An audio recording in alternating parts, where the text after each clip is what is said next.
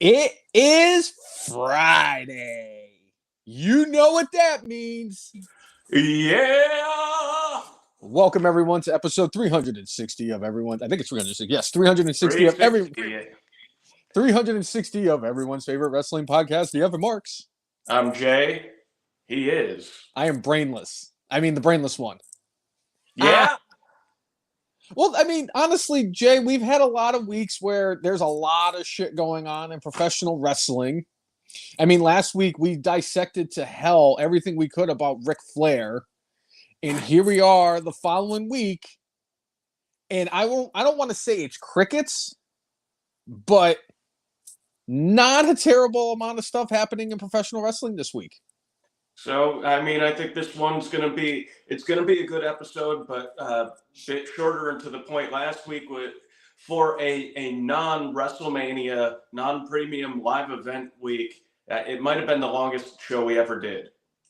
Oh, yeah, absolutely. And I'm glad that Ric Flair didn't do anything stupid over the last 7 days so we can absolutely eviscerate him this week again. So. And Hulk Hogan did not talk that we know of in the media. But I could feel it, Cousin Jay. If there's a human being on planet Earth that was going to say something stupid and then we talk about it, Hulk Hogan is definitely in that discussion every single week. But there are certain people that are in that discussion this week, and I just have to point out the dastardly Voldemort's attorneys. All right. So we heard a little bit from them last week, talking about how Janel Grant was in love with him. and this, that, and the other thing. They came out with a little bit more this week. Because like last week, they were talking about they really wanted to set this up in arbitration. That's what was agreed to before, right. Blah, blah, blah, blah, blah, blah, blah. But the thing I found extremely interesting, they denied absolutely nothing that Janel Grant has alleged of the dastardly Voldemort. They denied nothing. So all this sick crap that she alleges happened, I almost say we probably don't even need to worry about saying alleged. They denied nothing. They said she did this willingly because Vince was her best friend and she was in love with him. Best friend and in love with him. Best friend and in love with him, so you shit on her. Literally. Because you could. Because you could. That's just, I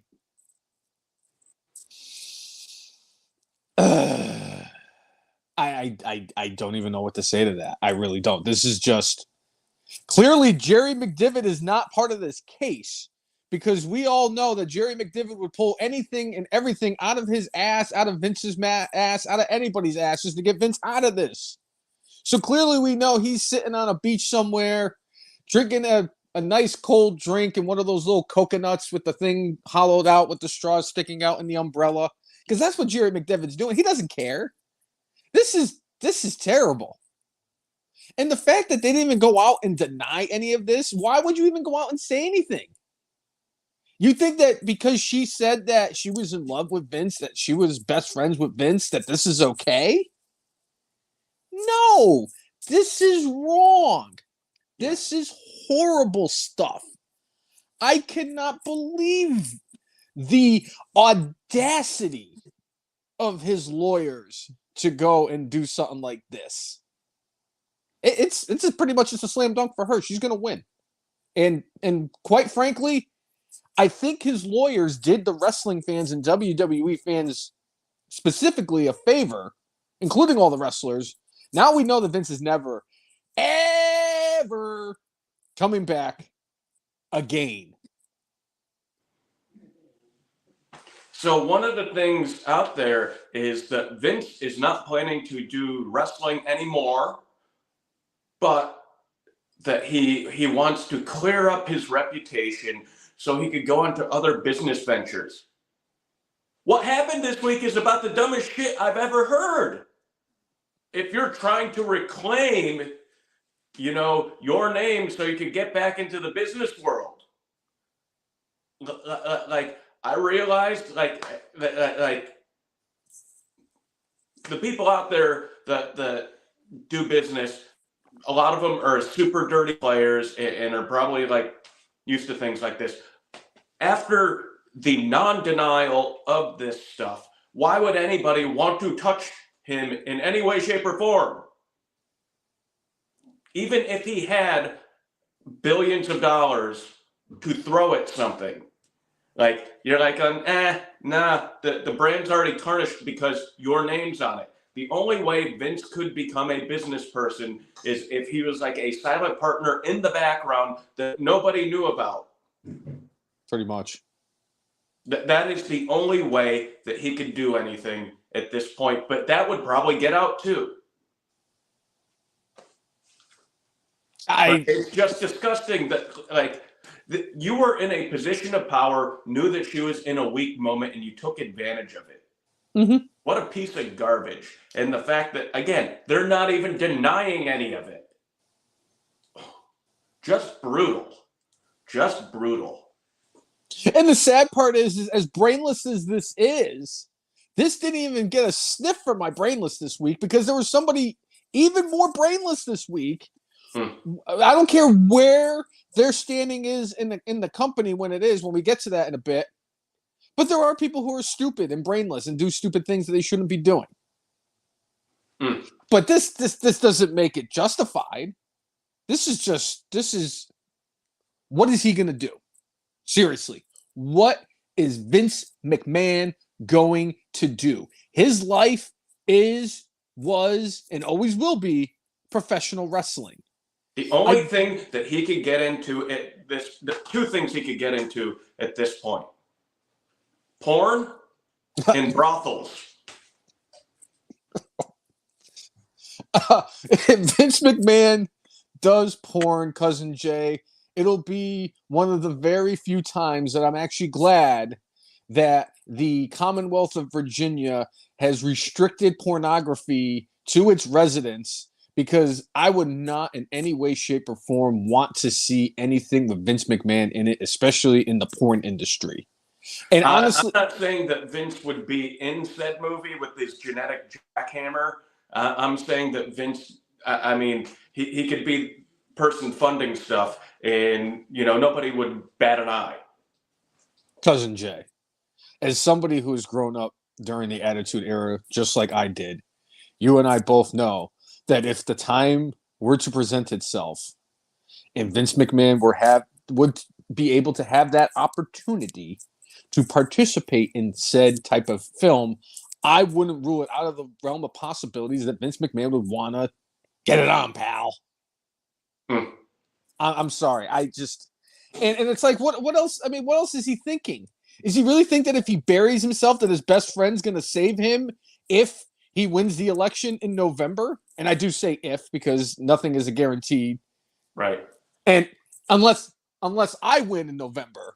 Oh, no, yes. Vince. Don't you worry about that, Vince, because you're not getting pardoned. I will make sure that your ass doesn't get pardoned. And that's of course after I kick the Young Bucks and Jungle Jerk out of the country for good, but All right, great. I think that's a great platform to run on. Get rid of the Bucks and Jungle. That's too long. I got to come up with a better slogan. Okay. Make wrestling great again. First thing I did was. I think it's pretty great right now. It is. We're in an absolute boom. Because look at WWE right now. WWE is the hottest it has ever been.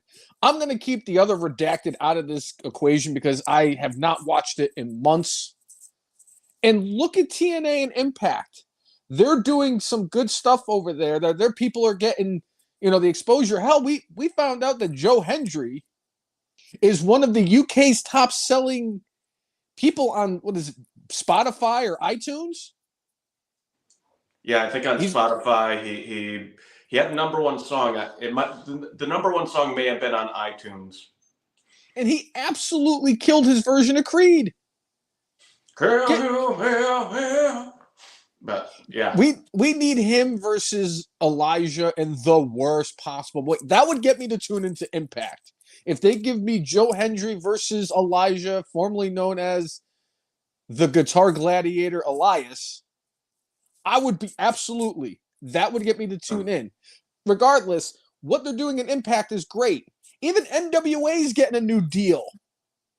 Billy Corgan, minus the whole Jim Cornette thing where he said what he said and got himself fired, and the sinister minister coming out and doing cocaine on the television. Come on. Right. All you're showing us with the sinister minister is what Tony Khan does backstage, and we just don't see it. But anyway, and I was even looking at the NWA roster. Their roster's not terrible. Right. They got guys like Tom Lattimore, and they even have Aaron Stevens, and they have EC3 as the champion. They're doing good things. Wrestling is at the healthiest it has been in a very long time.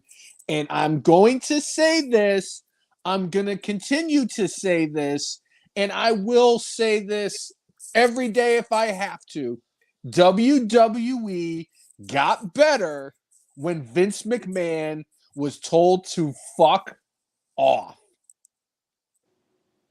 And you can't tell me otherwise, because the domino effect that has led, and that's not even just Triple H and his booking, because yes, he's done an excellent job with booking, but the fact that Vince McMahon was forced to retire, which the greatest day in 2024 happened because of the fact that Vince McMahon stepped away from WWE, we now have production for the Raws and the SmackDowns and NXT and the premium live events that are just incredible. I can't tell you how giddy I am every time I watch Sami Zayn go out to the ring, because I love the creativity and the ingenuity of them doing this with Sami Zayn. And quite frankly, I can't, if I'm a business person and I see Vince McMahon, to go back to our point, if I were to see Vince McMahon were available, why would I go into work with him? Look at what he's done with WWE. If he was still there, Gunther and LA Knight would both be gone. And there'd be somebody working at some random company dressed up like the Red Rooster. Come on, Jay. And adding on to that, so Fanatics, which has licensing deals with all the major players out there in sports, in their top 10 of merchandising, and this is including like NBA, this is including NFL, who are definitely, like, at least in the United States, far larger brands that are full, like, seen in higher regard. Cody Rhodes in the top 10 for all of Fanatics. This is not WWE, this is Fanatics. This is a worldwide entity, and he's going against the like Patrick Mahomes of the world, the LeBron James of the world. And he is up there with them. So anybody who believes Cody Rhodes is not a draw, you might need to check yourself, because if he's in the top 10 over there, he's a draw. People are taking their money and spending it to get things that have Cody Rhodes' name on it. I swear, Cousin Jay, I really want to go out there and slap the shit out of everyone that says that Cody's reign has been boring. The dude has been champion for a month and a half. We had just endured a champion who, yes, as historic as it was that he went on the reign that he had of over 1,200 days that it was when he finally lost the championship.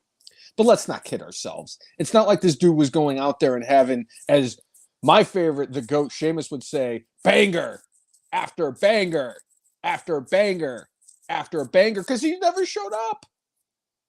You're going to call Cody a boring champion? Why? Because he had one title defense in a month? Why? Because you're looking at what the cokehead is doing in AEW? Because Swerve Strickland has had like 27 title defenses in like 10 days as AEW champion?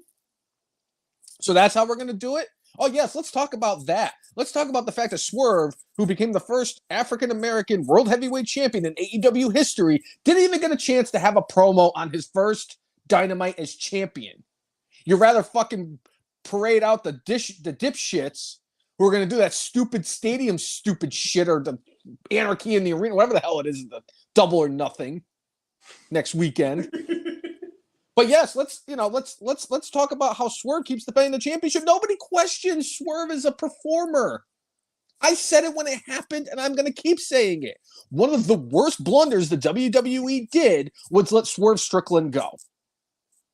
I'm sorry. You don't let somebody as talented as he is go. And I'm honestly, of all the people in AEW, I'm very happy for him because he deserves an opportunity like this.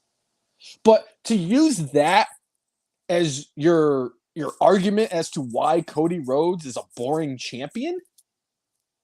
Come on, man. This is ridiculous. Give him time. And like you said, if he's selling the merchandise on Fanatics, just like all these people, he should turn heel. Why? He's the biggest baby face in the industry. There's no bigger star right now in professional wrestling than Cody Rhodes. I'm sorry.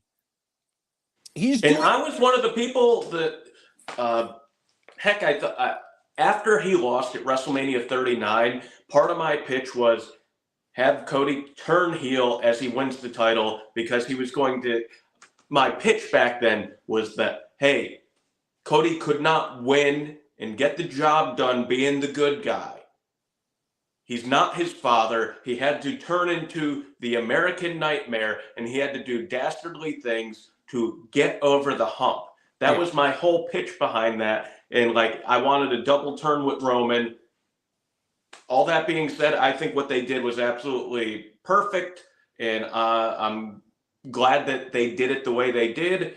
And, we gave Roman the time to develop the storylines, develop everything that was going on. Roman had a whole family around him that could add little layers of complexity to what was going on. It's just Cody on his own with little bits of Seth Rollins sprinkled in over that. And that whole dynamic over the last 2 years from where Seth and Cody were at WrestleMania 38 to where they were at WrestleMania 40, that I loved every second of that. I love the fact that they worked together to help end the streak, and just to think of how pivotal a role that Seth Rollins played in the outcome of the World Championship match, because Roman had a chance to finish off Cody and he chose Seth.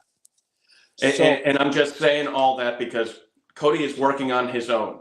Yeah. The Judgment Day, Spooky Pals worked so well because there are 4 people that you can kind of have storylines going in between.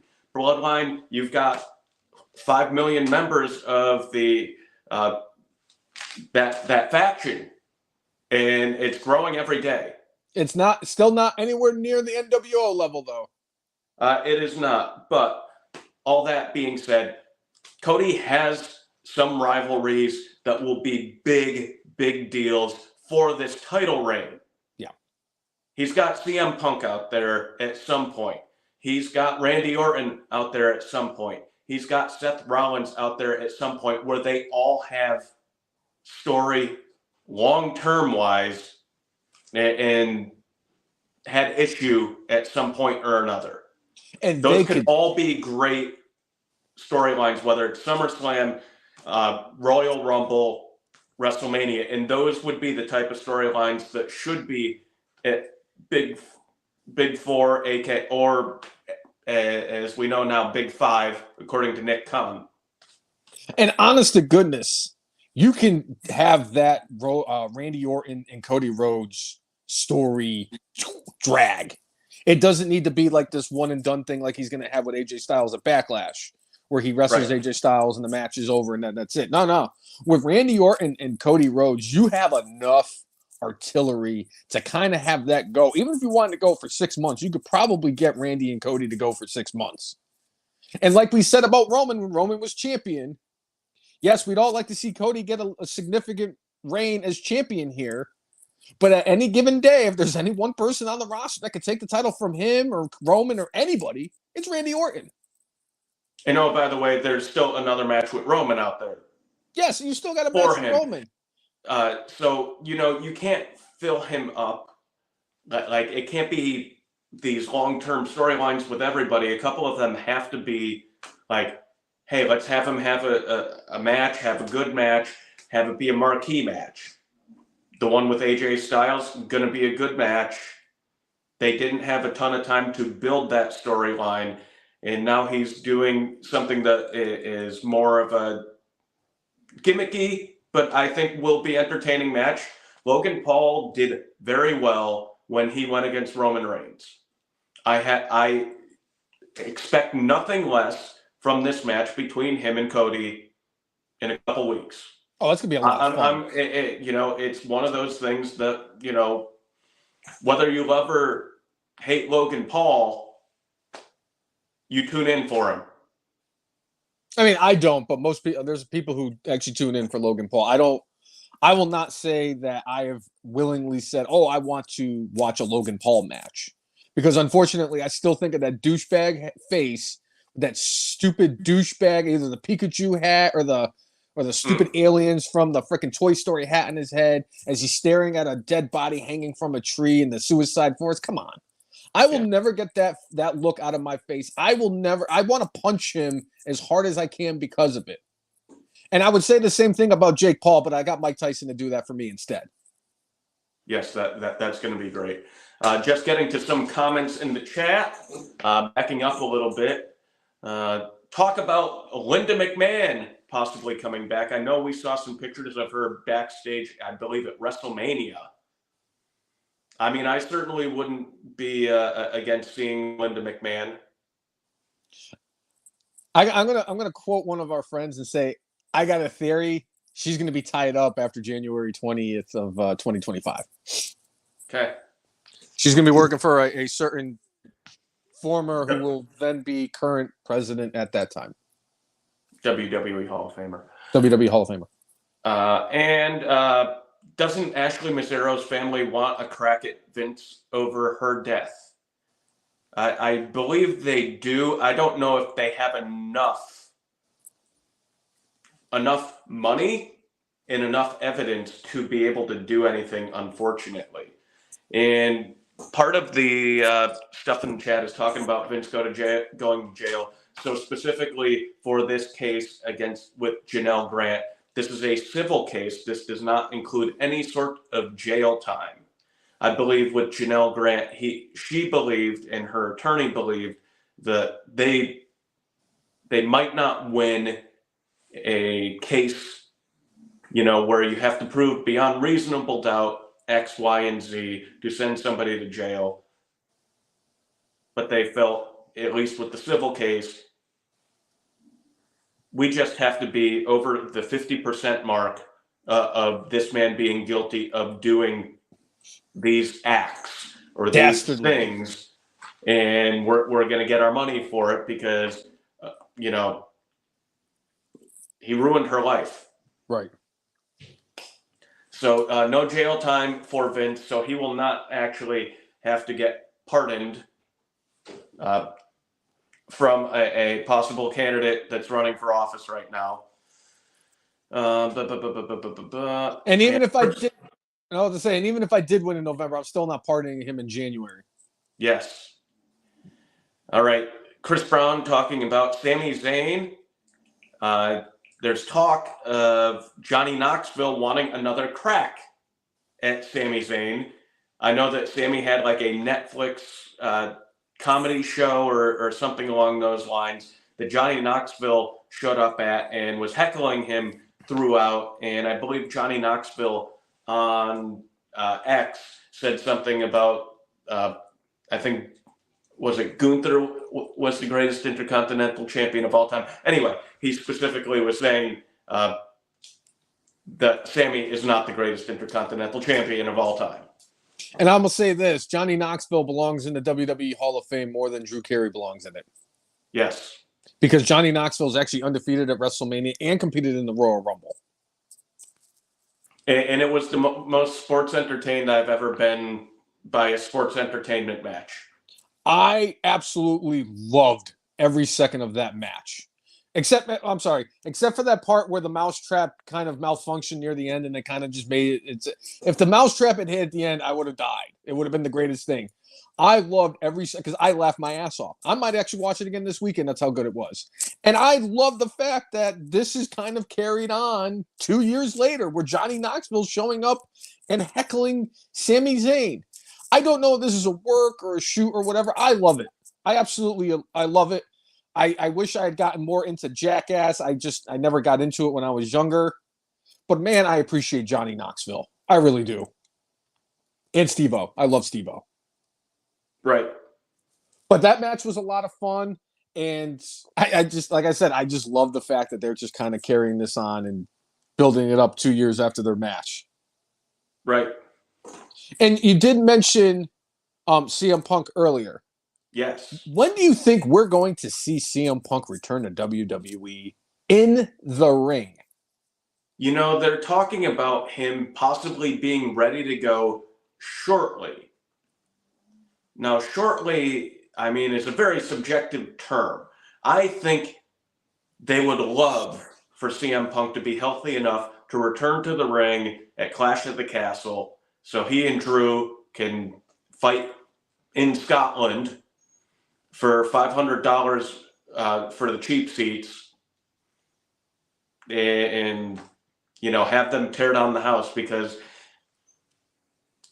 you know, that's one of those storylines that at this point you cannot screw it up. The two of them have been performing in character at such a high level, just throwing barbs at each other. Everybody wants to see it. They want to see like them beat the holy hell out of each other. I don't know if, you know, 5 months or 4.5 months is enough time to have not only the arm rehabbed, but, you know, be ready in the ring to go. I think what I'll say is, my belief is they will get physical with each other at Clash at the Castle. I think that will be the first time we actually see them get into some sort of brawl. But as far as a match, I think the timeline is too close to Punk's surgery for it to happen. I think we see it at SummerSlam, which is a month and a half after Clash at the Castle. But that will be the beginning of the actual fisticuffs. So what you're saying is that your prediction now for CM Punk's in-ring return will be at SummerSlam after he flies all the way to Scotland for Clash at the Castle to throw a water bottle at Drew McIntyre. Yes. Okay, I just want to make sure. I mean, it would not be the first time that Drew McIntyre had somebody throw a water bottle at him after going across the pond.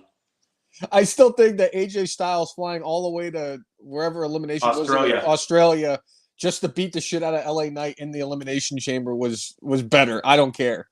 That man was on a mission and he succeeded. I mean, granted, it ended up him losing at WrestleMania, but he went out there. He definitely laid the smackdown on LA Knight's candy ass. Let me talk to you. Yeah. All right. In the chat, Mike Rainey talking about the injuries mounting up in the wrestling community. You know, Eric and Ivar, you know, the Viking experience, the Viking Raiders, the warmongers, whatever you want to call them. You know,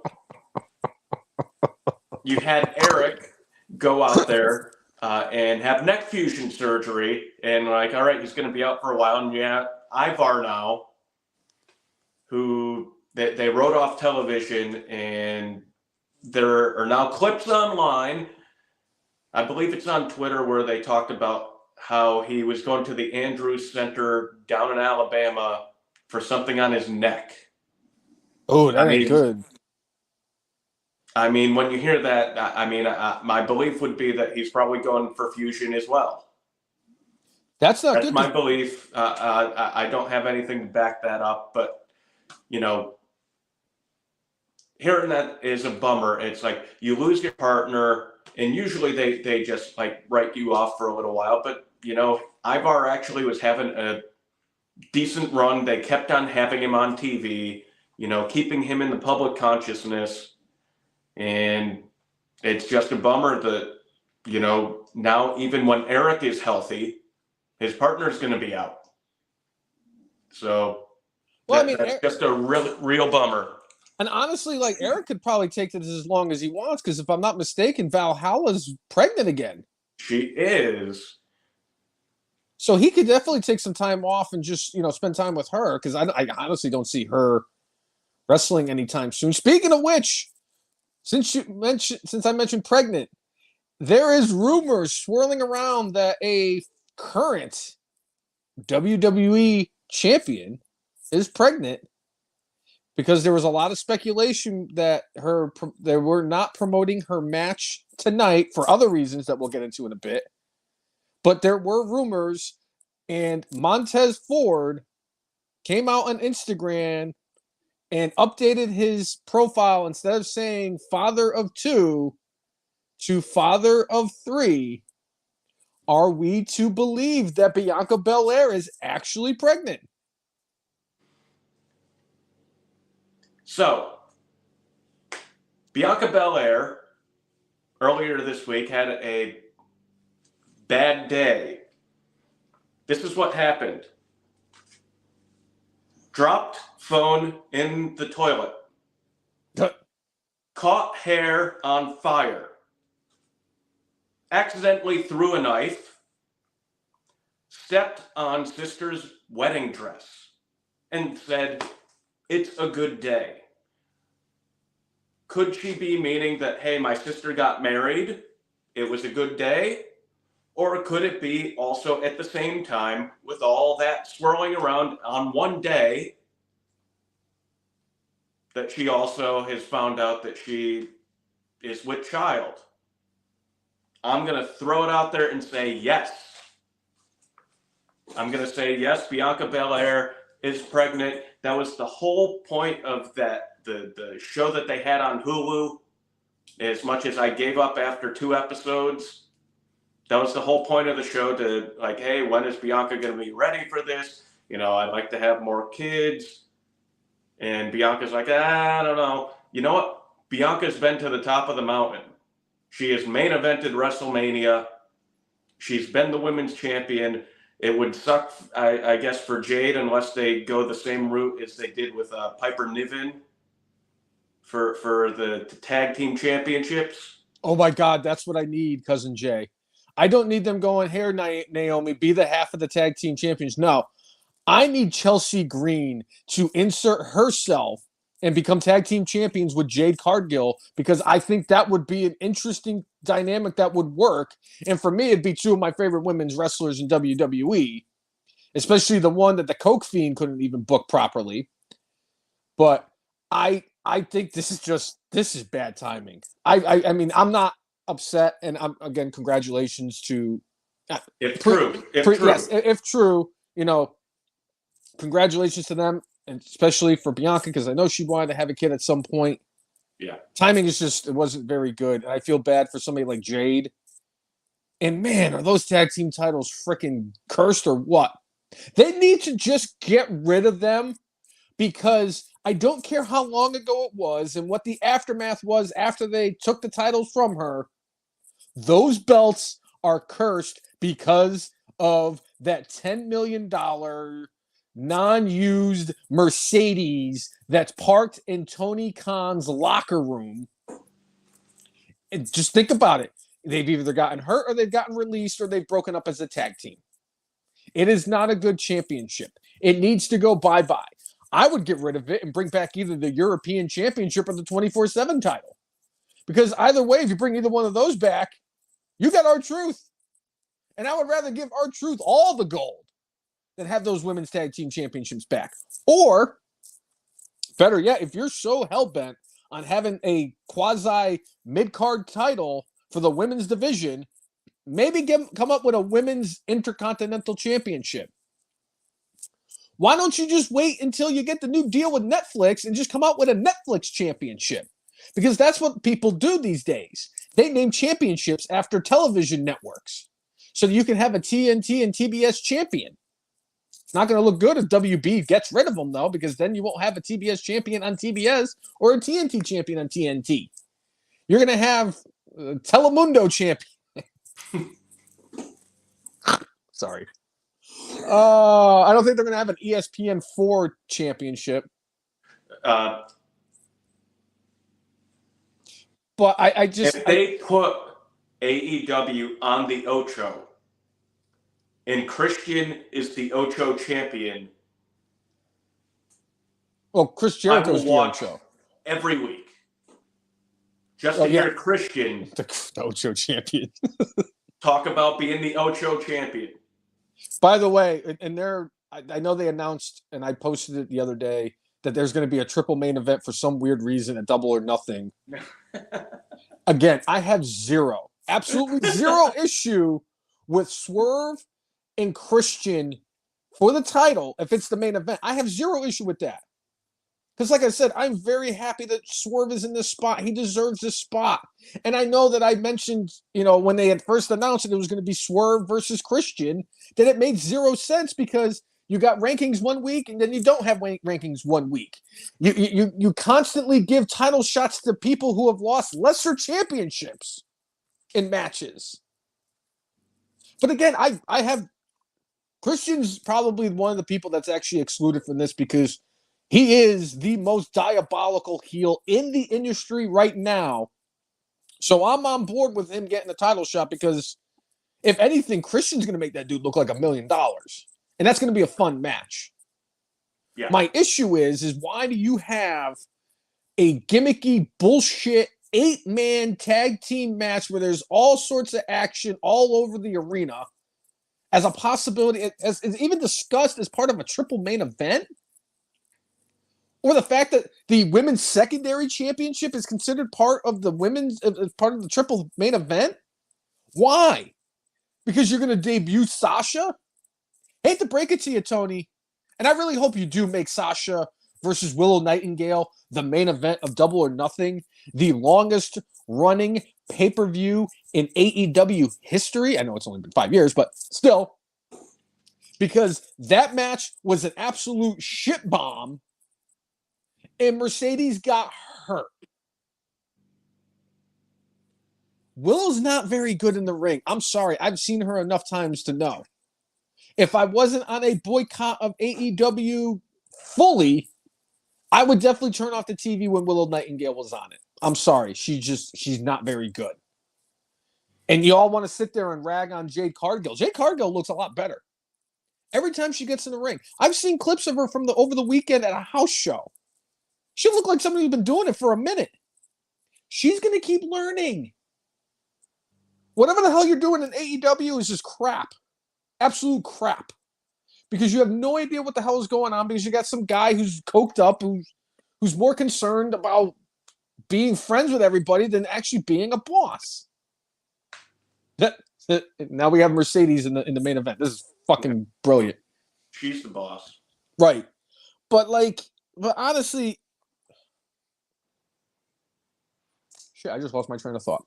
I apologize. All right. So while you've lost your train of thought, F and Mark's Hall of Famer Tim asked the question, who is the most unbearable to watch in AEW right now?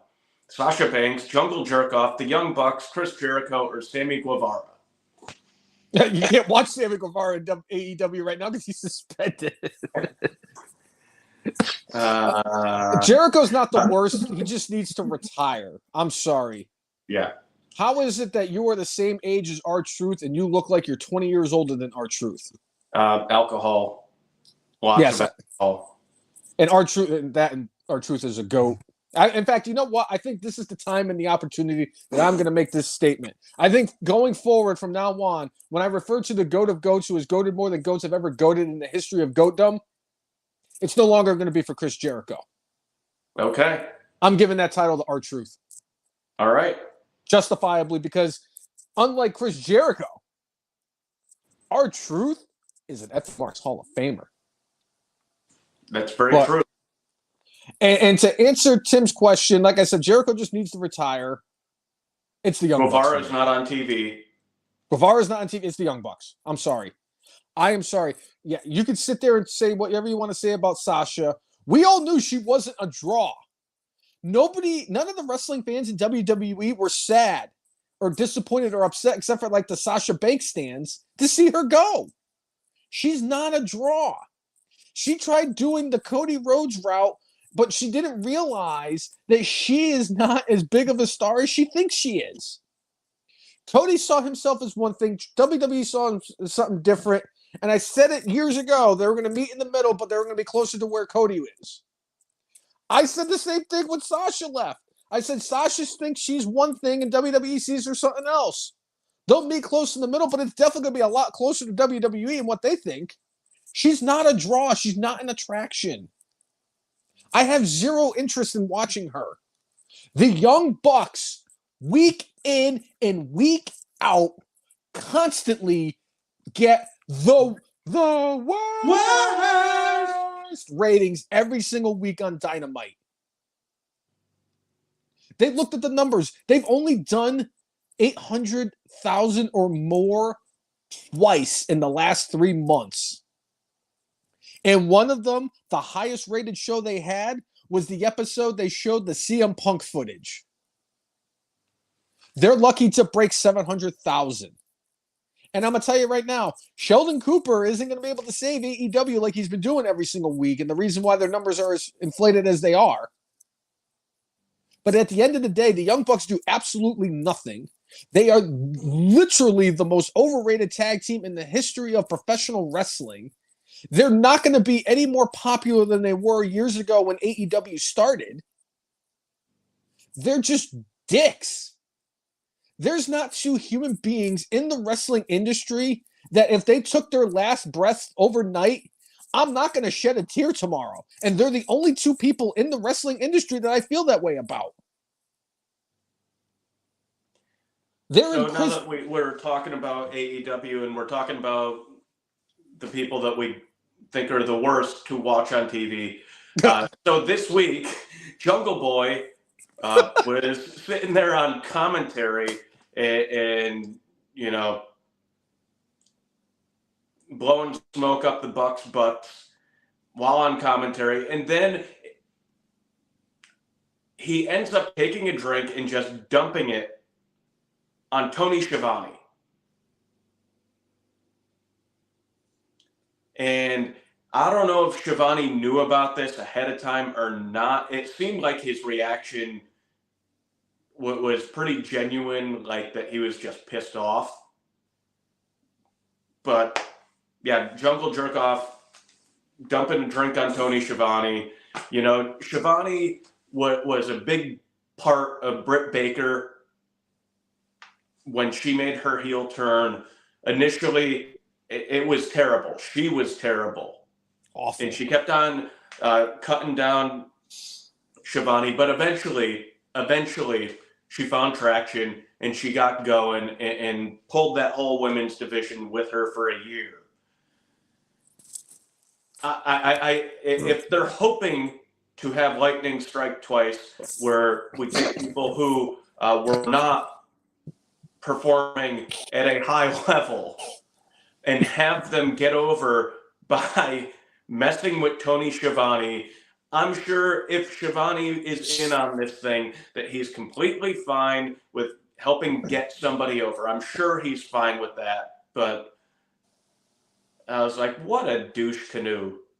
But it was the most personality I've ever seen out of Jungle Boy in my whole life. Cousin Jay, they could do everything possible to help this kid.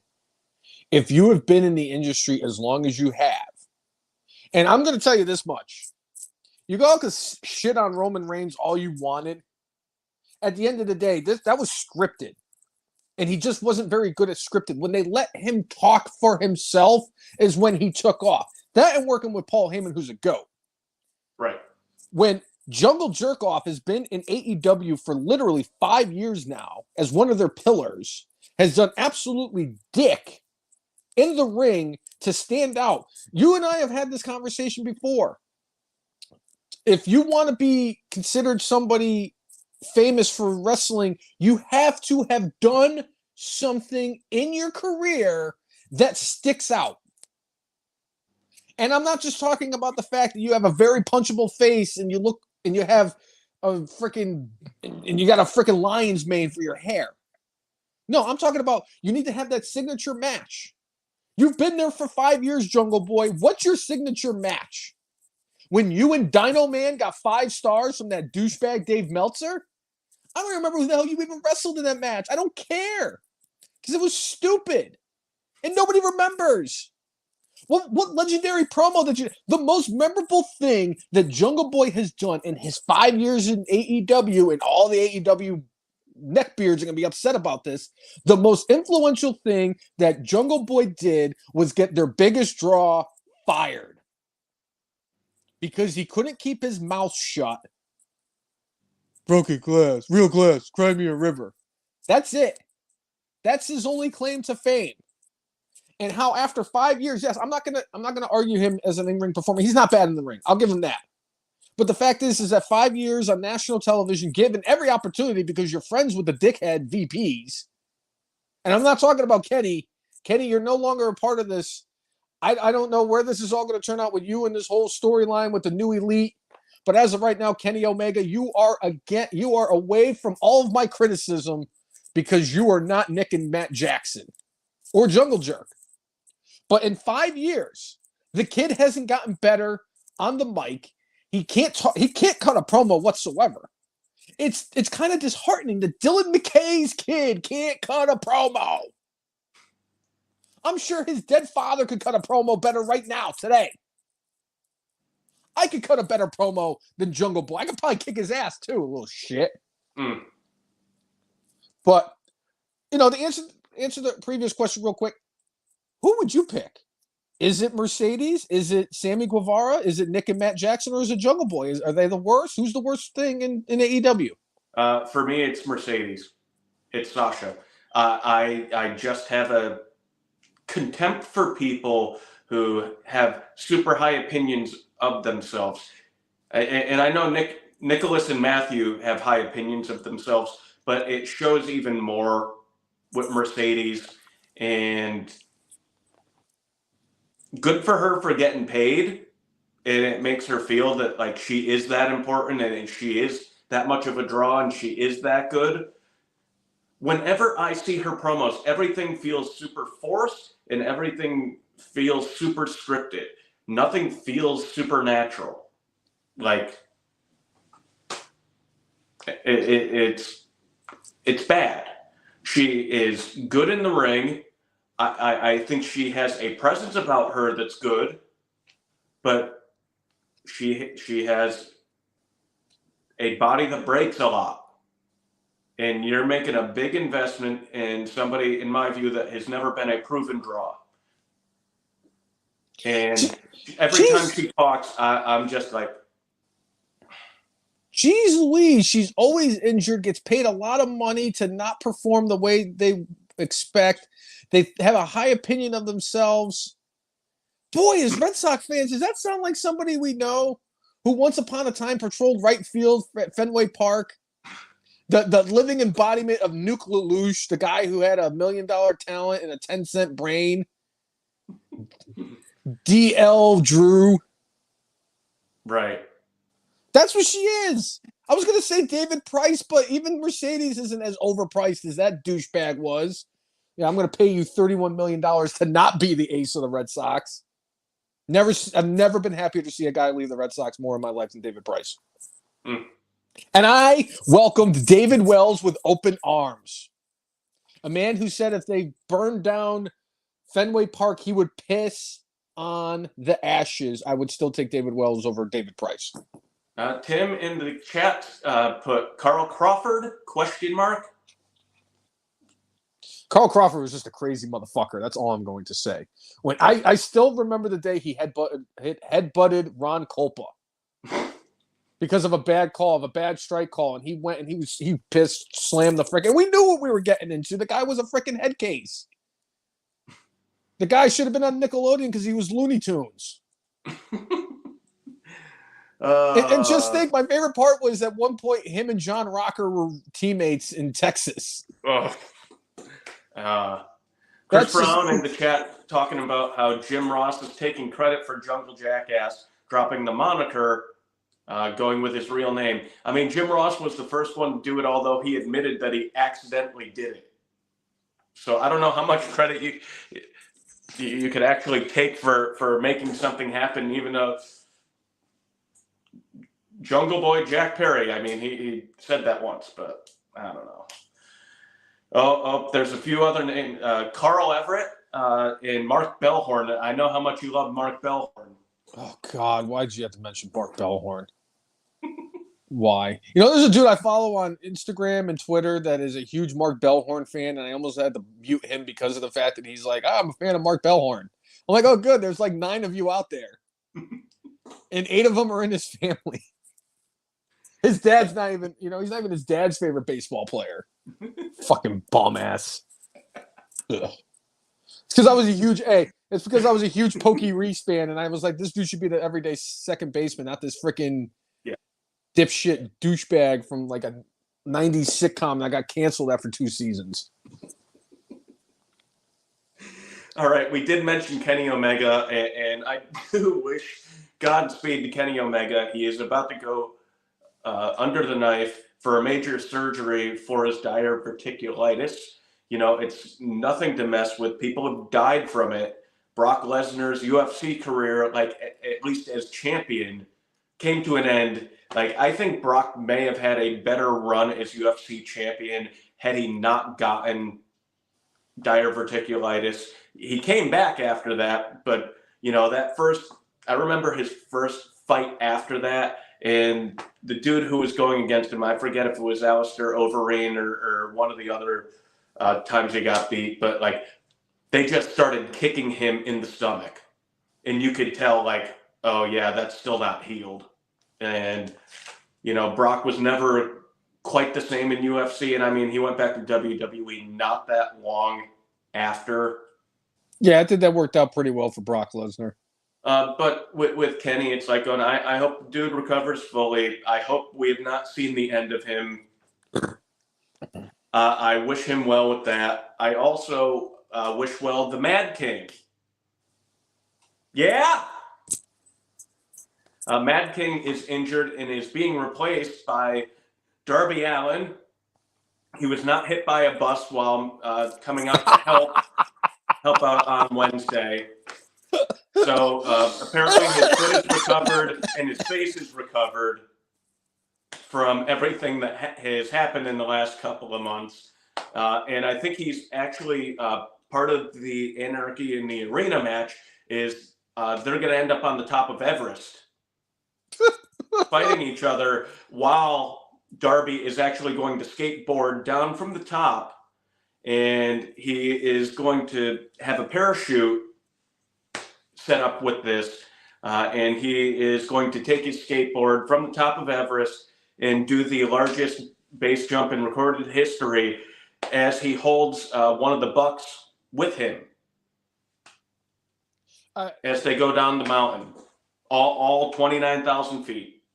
See, I want him to drag both young Bucks behind the skateboard as he's going down the mountain, because that would be a lot more entertaining if both of their faces just dragged all 29,000 feet. It'd make them look better, that's for damn sure. Man, they really do look like their father, Marty Jannetty. More and more, every single day, they look like their dad, Marty Jannetty. Right. But, and honestly, I'm with you on that. I cannot believe I'm actually going to say this, but speedy recovery, Kenny. I hope your surgery goes well. I cannot believe, what the hell is wrong with me? I must not have smoked before the podcast. Yeah. But I mean, honestly, yes, Kenny, speedy recovery. Good luck to you in your surgery. I do hope that you make a full recovery. Whether or not I actually want to see you wrestle in a ring, that's still going to be yet to be determined, because I doubt I'm going to be watching AEW anyway. I do have one question now. Do you think they find plastic from his fuck doll in his ass during surgery? No, Tim actually put in the chat about this.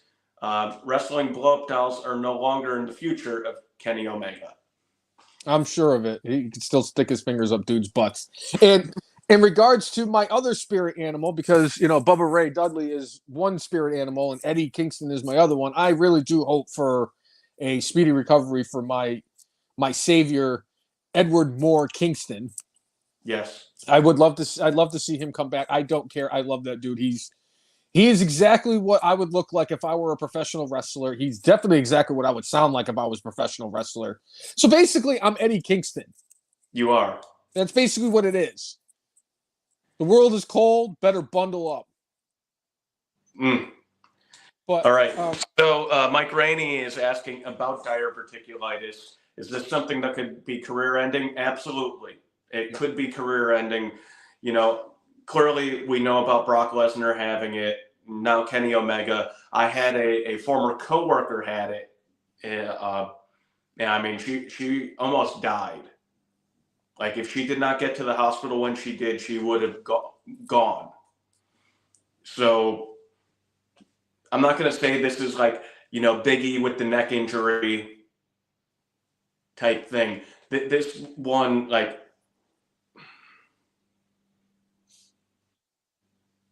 I think it's very dependent on how bad it is, because what they end up having to do, if I'm remembering right, is they have to cut out sections of your intestines because there's something wrong with part of your intestines. That sounds about right. And then they have to kind of suture the other bits back together. So there's going to be that. And not only do you have to deal with the fact that, like, you've had your insides opened up and you've had to have them like suture together, but you also, like, you know, your diet's changing, you get extremely weakened. You know, I think Brock ended up coming back like 6 months, 8 months, something along those lines after his surgery. So you could recover, I guess, in the grand scheme of things, if you're close to death and you're back in the ring within 6 to 8 months, that's not bad. No. But it certainly can be career-ending, and, you know, if there's any possibility that he could be putting his life on the line, he should never go in the ring ever again. And let's not forget to mention the fact that Kenny Omega is my age, and if he's just having the surgery now after he has been out for months, you're not going to see him back until he's at least 40. What am I again? 42. Carry the two. Let's see. Brainless. Hey, I got it right. He's going to be, if the best case scenario, he'll be back when he's like 42, because he's going to be 41 later this year. You asked yourself how old you were. Cousin Jay, I asked myself if I wash my hair in the shower every day. There's no different. Okay. I had to think about it because all I know is I'm over 40 and I'm not quite near 50. And I'm definitely not. I can tell you right now safely, my body tells me every day I'm not in my 20s. So it's just a figuring out, because I have like a 10 number gap to try to figure it out. It's anywhere from 40 to 49, and I'm not 40 and I'm not 49. Yeah, I mean that's very helpful. That's that Bristol education for you. Bristol Eastern education. Gee, I can't even get this freaking school right. I'm even lumping you guys. You got the right city. You got the right city. That's positive. I know, but like I'm lumping you and every other, well-rounded centralite into the equation with the incredible intelligence of the man who was ranked 219 out of 279 students in his graduating class. And the other 60 that were ranked 220 to 279 all dropped out. So take that for what it's worth. I mean, you were in the top 80%. I was in the top 100%. Yeah. So one case that was out there against an AEW star that did get dropped this week is Cash Wheeler. You know, it looked like he might get into some trouble for allegedly brandishing a firearm during a road incident where he allegedly showed a gun that he had while he and another driver were yelling at each other. Those charges have been dropped, so Cash Wheeler will not need to cash in any chips to get to Double or Nothing. He is free to go about his life. See what I did there? Yeah. Yeah. I mean, good for Cash Wheeler. I mean, yeah. I mean, it's great that he had the case. He is part of he's 1/3 of the main event. No, he's. Hold on, we got to do Steiner math here, Cousin Jay. Well, I mean, because there's 8 people in that match, and then there's 2 people in the other match, and then there's 2 people in the other match, and we know that Mercedes is not in the main event. And we know Willow doesn't belong in the main event. So you take the 8 guys that are in the Anarchy in the Arena match, mix them up with Christian Cage and Swerve Strickland. So you got 8 guys on here. So the 8 guys that are in the Anarchy in the Arena. The Bucks are part of that equation. And Jungle Boy is going to be doing dick. So I'm going to say right now that Cash Wheeler is 143 2/3 of the main event of Double or Nothing. I think I got my money. In a match between Mercedes Moné and Cash Wheeler, who cashes out? I'm going to keep going with these money puns the whole night. I can't wait. I love it. Speaking of money. And don't shortchange yourself either.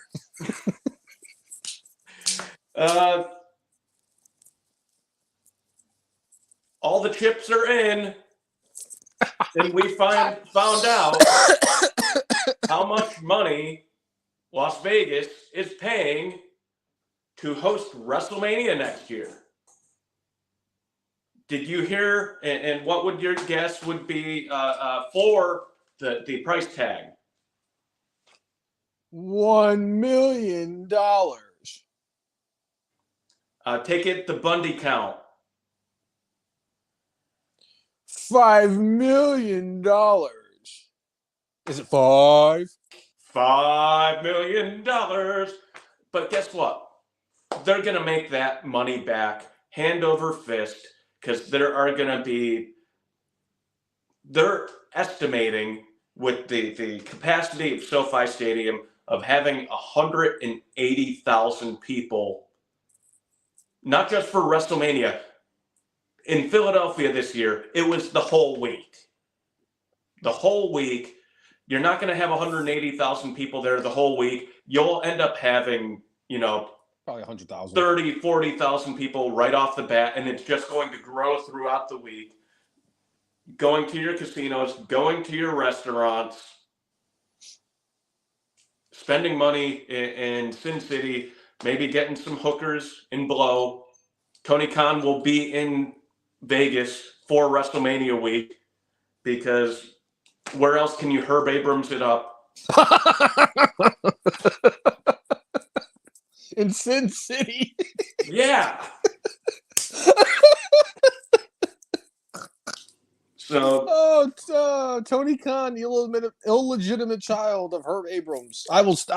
They need to get him to take a paternity test. We need Maury Povich to show up on Dynamite. There's another way that you can get me to tune into Dynamite next week is if you get Maury Povich to show up and they do a paternity test to determine whether or not it's Shad Khan that is Tony Khan's legitimate father or if it's actually Herb Abrams like everybody's convinced. Ooh, that's a good one, Chris Brown. Stormy Daniels with Tony Khan together. Oh, nobody wants that.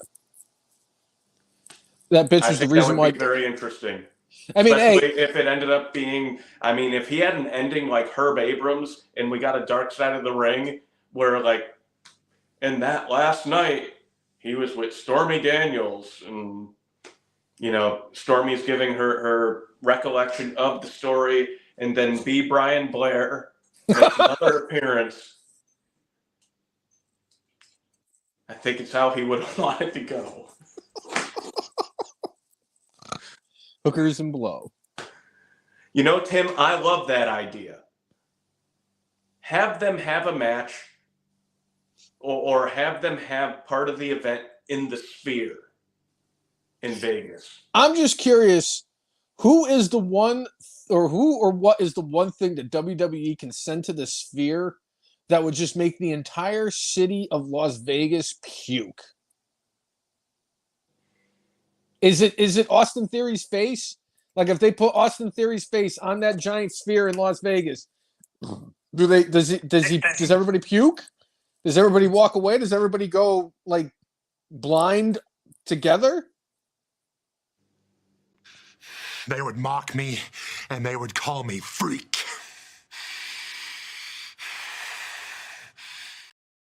That's the face right there. That's the face. If they really wanted to to troll. They play the all-out footage on the Dome during WrestleMania. Here is, you know what? And I'm just going to play this because this is specifically because this individual back in the day was trying to not look pretty at all. And this might be the most frightening thing that anybody in the entire existence of human living has ever seen.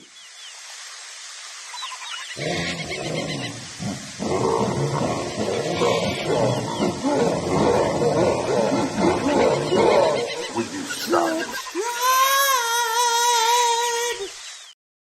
Oh, in the Monsoon of gorillas. In the words of Tim Kirkson, it's a monsoon of gorillas. He's right, though. As great and as wonderful and as iconic as The Undertaker is, and as great of a gimmick as it was, there is literally nothing in this world more terrifying than a monsoon of gorillas. And now, while we're on that topic, how are we going to WWE Hall of Famer Jesse the Body Ventura is back in talks with the company with possibly getting a Legends deal. And he said it all came together more or less once the dastardly Voldemort went away for good. You know, Jesse the Body has made like a couple of appearances since he left WWE in the 90s. I would love to hear the Body on commentary for like one more match. Give him a match at WrestleMania. And having him have something going on at WrestleMania would be awesome. And, you know, he and Monsoon were a heck of a team. You know, they were the main team for the first several WrestleManias. I know I've said for the longest time that the greatest team for me was Bobby Heenan and Gorilla Monsoon. And as much as I love Jim Ross, and I absolutely adore Jim Ross. He's one of my all-time favorites. But Gorilla Monsoon and Jesse Ventura also need to be a part of that discussion, because as great as Gorilla Monsoon and Bobby Heenan's cohesiveness as a tandem was as good as it was, Jesse Ventura and Gorilla Monsoon had just as much, you know, they worked very well together. They meshed well.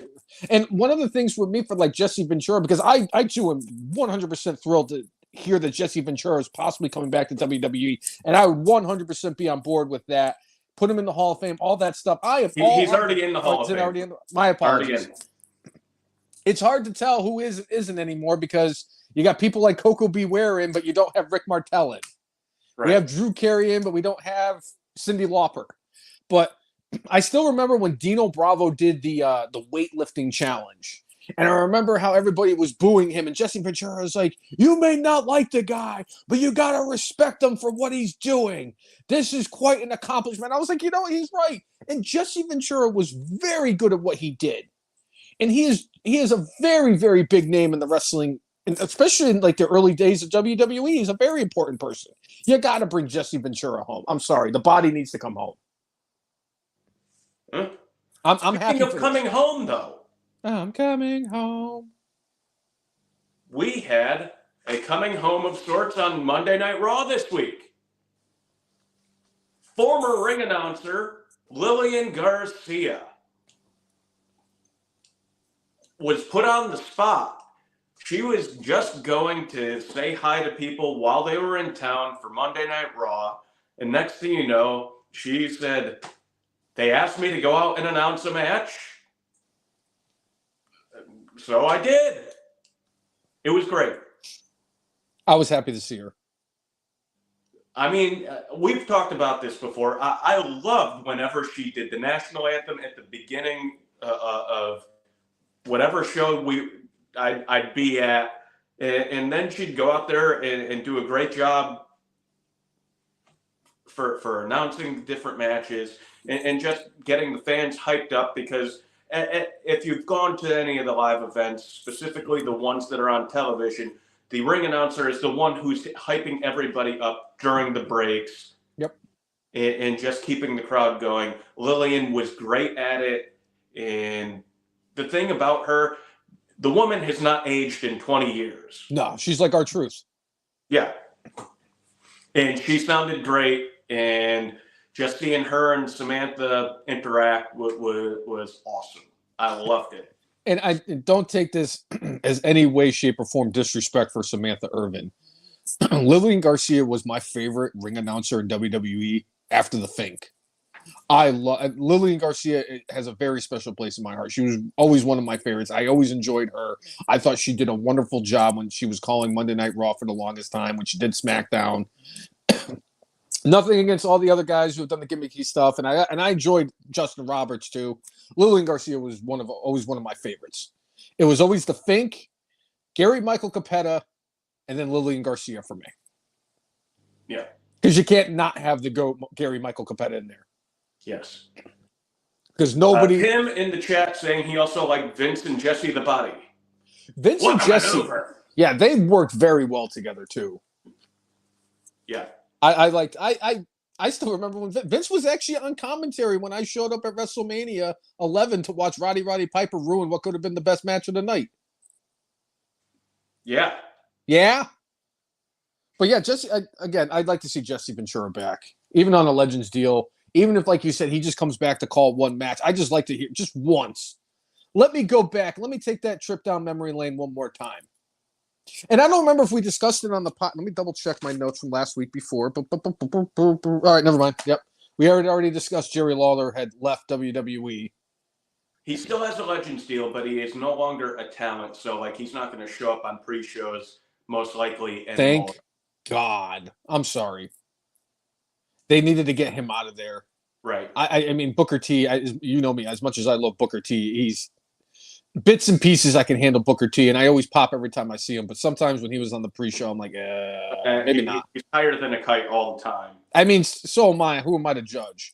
But again, Right. I've enjoyed the hell out of Big E and CM Punk doing the last couple of pre-shows. Just give me Big E every pre-show. I don't care. I'll just tune in. If it's just Big E doing the entire pre-show himself, I tune in. He's just that passionate. He's that good on the mic. He just has a way of talking. I love Big E, and I would love to see him do it. Yep. Personally, but I like I said, I was very happy to see Lillian Garcia return on Monday. Another return that happened, but it did not happen on TV, is we got the return of Braun Strowman to in-ring competition. He had a dark match. He ended up going against Shinsuke Nakamura in a quick contest. But, you know, when you've been out with an injury that he had, when you're as large as he is, you know, he probably shouldn't be bumping around too much too quickly. Right. You know, get him to knock some of the ring rust off.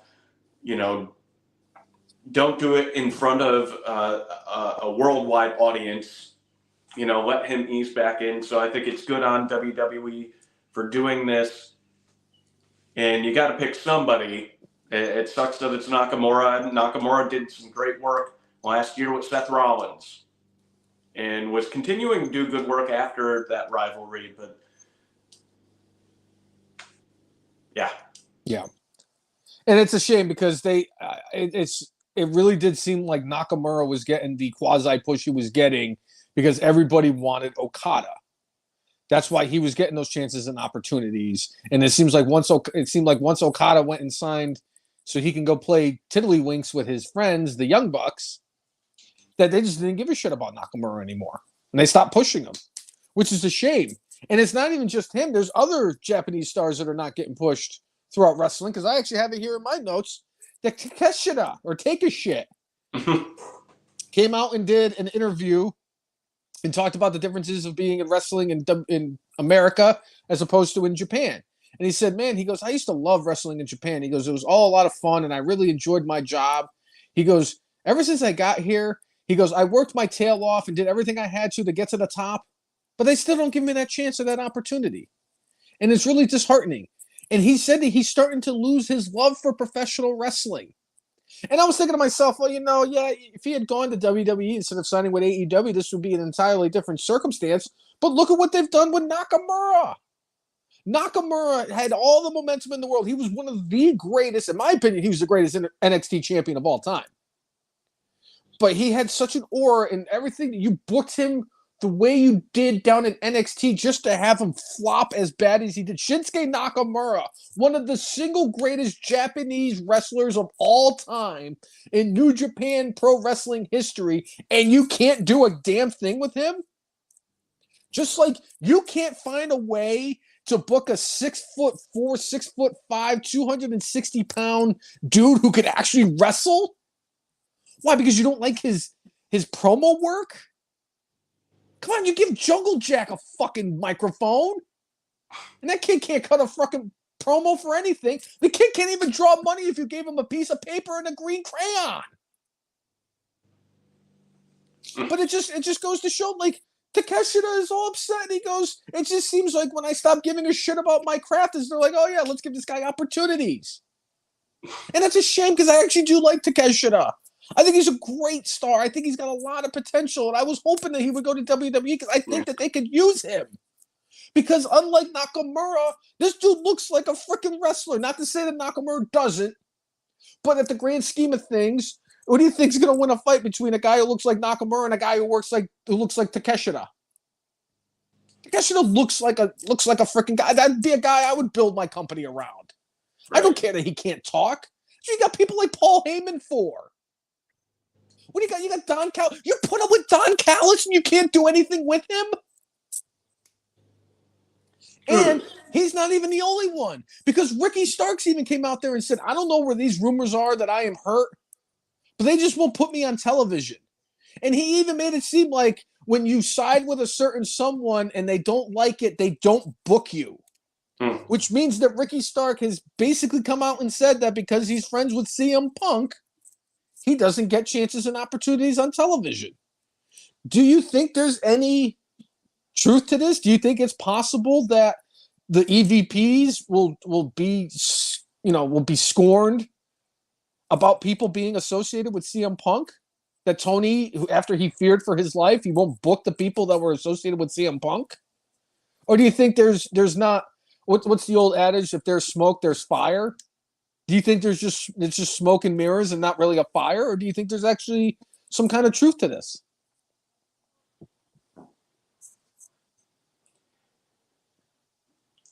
I'm going to say it's probably true that's why Ricky Starks isn't being booked. He also said that I mean, you're pushing somebody who has a lot of potential into the arms of the competition. And they've proven that they could turn people into stars. So I don't think it's a good idea. Hey, let's give the competition another potential blue chipper. And his contract expires next month, at the end of next month. And Ricky Stark says, I'm just going to wait for my contract to expire.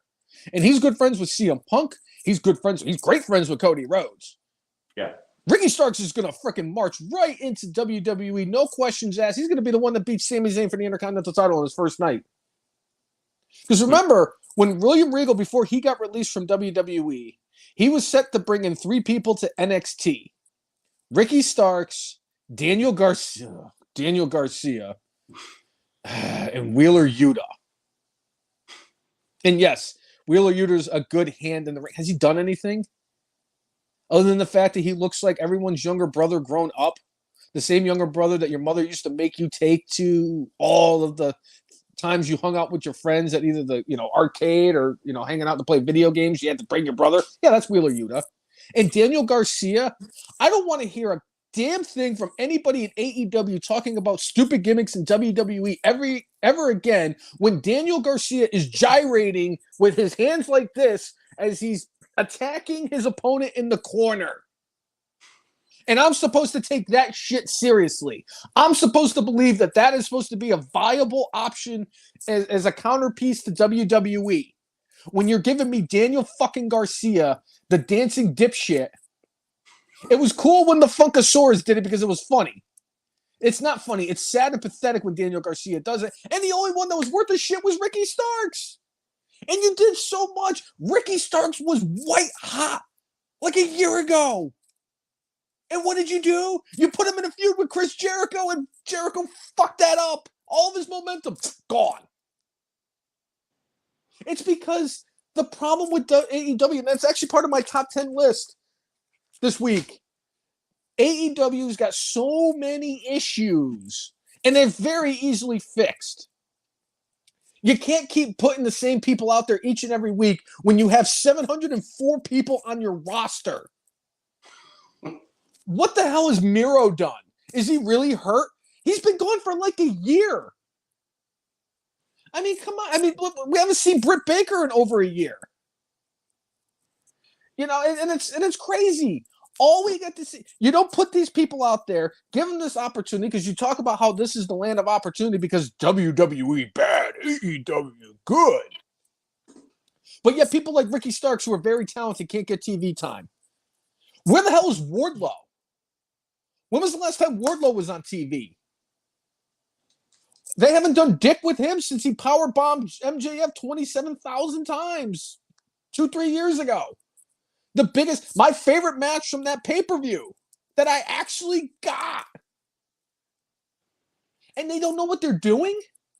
They're just booking like crap. How do you do this? How do you have guys with like Takeshita and Ricky Starks and Miro? And how has Aleister Black had one like singles match in 700 days?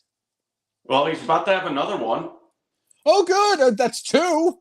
He's going against Adam Edge in a barbed wire steel cage match. I'm not sure why that one is not part of the triple main event. Because if AEW had their way and their fans had their way, every match on the AEW card would be the main event, because to them, every match on their card is a main event.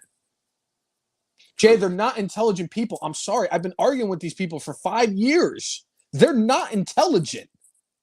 I don't give them any credit. And you would know. And I would know. I live the gimmick. It says it on the screen. It's not a gimmick. It's a lifestyle. Come on, man. No, just not going to do it. You got to stop basically pandering to the people that you're pandering to, Tony Khan. The Young Bucks are not a draw. Jungle Boy is not a draw. This is not 2008. Chris Jericho is no longer a draw. Adam Edge, this is also not 2008. Adam Edge is no longer a draw. I love Adam Edge to death. And I'm glad, and he's one of the people I'm actually happy for in AEW, because he actually gets to work with Christian, a guy he got into the wrestling industry with, started training together. So I have no problem with this. I got a problem with the freaking Elite and all these goofballs that are sitting there. Like people are losing their jobs because of, what was it, Colt Cabana. Come on. It's bad. They're pushing the wrong people. They're utilizing the wrong people. They got a lot of young, good talent on that roster.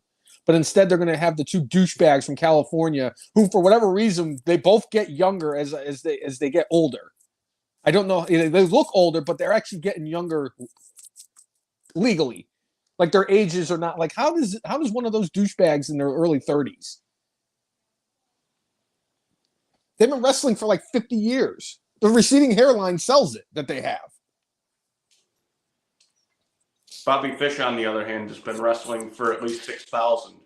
That's different, though. Bobby Fish looks tremendous for a guy who's only a month and a half younger than Ric Flair. Right. Oh, no, have we decided that? Who's older? Is it Bobby Fish or is it Ric Flair? I'm not 100% sure. I just know that Bobby Fish is younger than Kane, Abel, and Seth. Okay. But it's possible Bobby Fish was the fourth child. But it's also possible that Ric Flair could have been the fourth child as he chopped his mother coming out of the woo, woo, woo, woo. And then he yelled at her for being in the bathroom for too long. Nicholas what? Nicholas dipshit? I'm sorry, Nicholas dickhead? You know what's funny? I forgot to mention this when we were watching it last week. When the dude went, like, Ric Flair's like, I want to take this in the parking lot. And the guy was like, I'll take it. What did you say? He goes, I'll take you in the parking lot. I don't work here. Dude wanted to fight Ric Flair.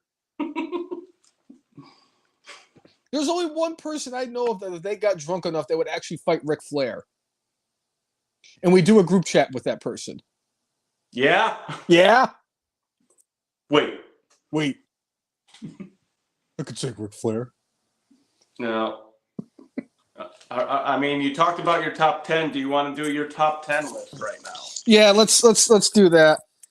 So I said that if I had my way with WWE, with AEW, and with all their issues. Well, luckily, I decided for this week, especially because with Ricky Starks and Take a Shit complaining about their standings in the AEW locker room, I've decided that I'm going to take it upon myself to do everything in my power. And I came up with the top 10 things I would do to make AEW better. And I tried to take this as seriously as I could. As you could tell, as the list goes on, you could tell where I just mailed it in and just said, fuck AEW. You're going to tell. You can already tell. Number 10, I would definitely reduce the roster by 40%. My God, you don't need 8,004 people on a single roster. I know you have, Dynamite, Rampage, and Collision and all that stuff. You got way too many people, man. They got to go. You are Nigel McGuinnessing yourself. Didn't you say that they had like 702 performers like 5 minutes ago?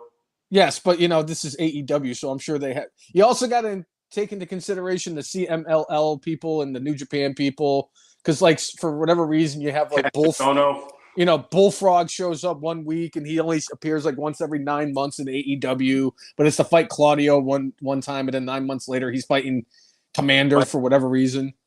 Vikingo, El Vikingo de Minnesota. Number 9, and this has been a gripe of mine for a very long time. Number 9, eliminate 70% of the stables. I don't know how it's physically possible, but AEW actually has more stables than wrestlers on their roster.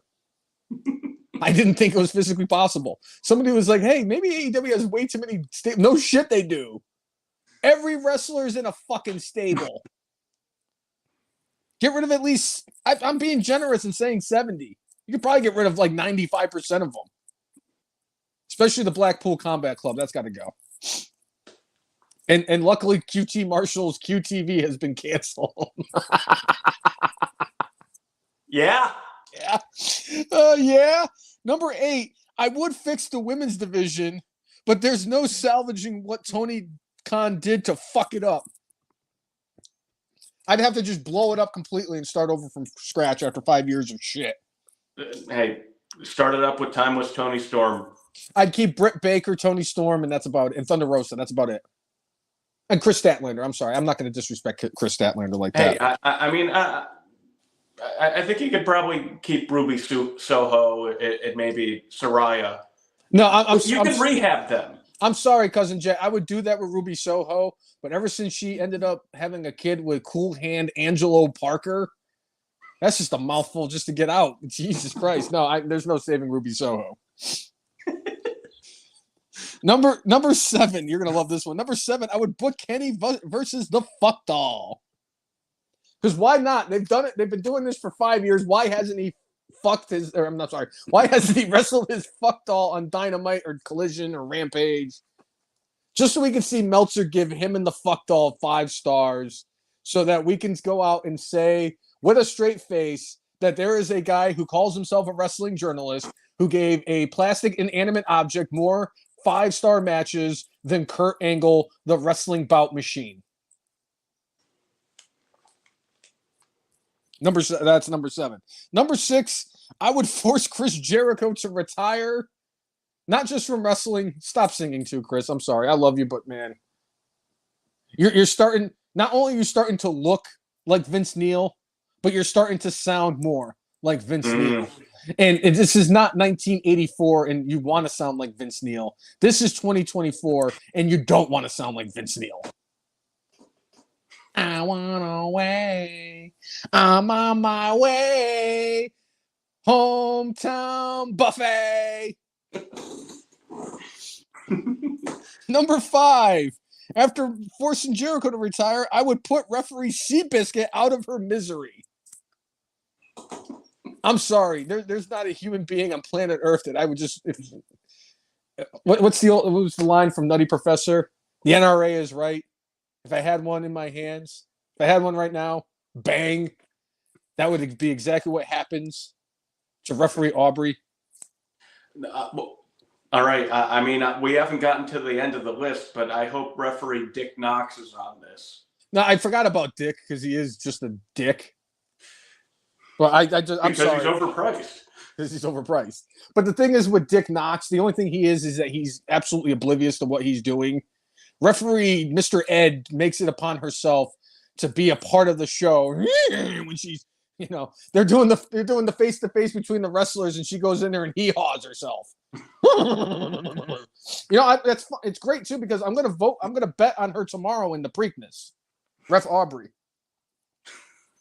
That's brutal. Yeah, so is her refereeing and her face. That's brutal. Be kind. Oh no, you want me to be stop? Hold on, you want me to be kind and I still got 4 more on this list? Jesus crackers, Jay. Number 4, I would get rid of stupid masked fuck on commentary. Yeah. There's not a person, as much as I was sitting here talking about how great Jesse Ventura and Gorilla Monsoon and Jim Ross and even Tony Schiavone are on commentary, I do not feel that way about Excalibur. He would be the first, like if I took over. I'm sorry, what are you going to say? Bianca is kicking off SmackDown. Okay, so she's definitely pregnant then. She's relinquishing the title. I need Chelsea Green to come out and take the title. Yes. But yeah, I would get rid of stupid masked face fuck because Excalibur does absolutely nothing. He is literally the worst broadcaster ever. And we went through Josh Matthews. We went through Josh Matthews and Matt Stryker.